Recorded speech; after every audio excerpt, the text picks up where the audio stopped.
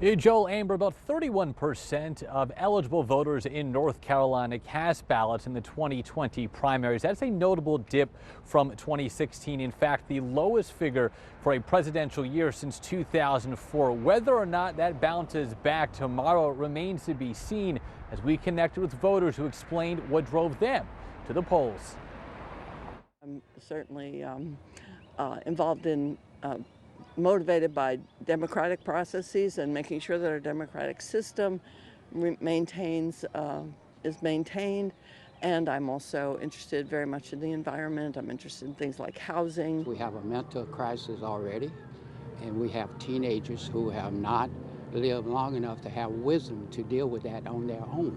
George Smith says he de-emphasized his party in making his choice. The best candidate represents my value.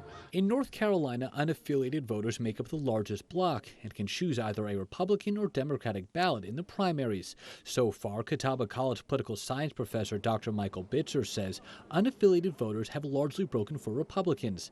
Not a surprise, as it has the more competitive presidential primary. What we know from the data so far from the early ballots is that the mean age is up in the mid-60s. That is a very older electorate.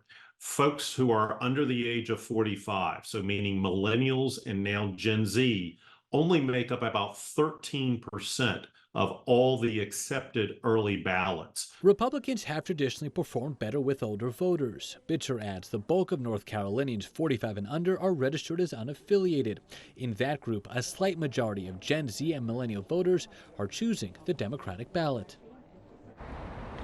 Dr. Bitzer predicts the final turnout tomorrow will be in that 25 to 30% range, so slightly lower than what we saw in 2020. Coming up at 5 o'clock, I go one-on-one with North Carolina Democratic Party Chair Anderson Clayton. This party's strategy in trying to break Republicans' supermajority status in both chambers.